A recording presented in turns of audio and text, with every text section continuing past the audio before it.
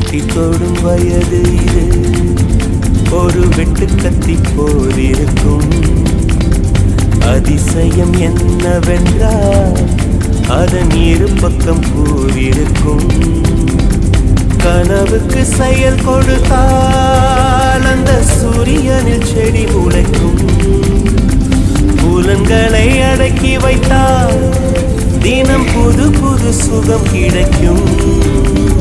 காலில் குத்தும் வாணி உன் ஏழி என்று காமி, பல இன்பம் மல்லி சேர்த்து ஒரு மூட்டை கட்டி வாணி வாணி. பல பழக்கிற பகலானி, பட படக்கிற அகலானி, அனல் அடிக்கிற துகுலானி, நகலின் நகலானி.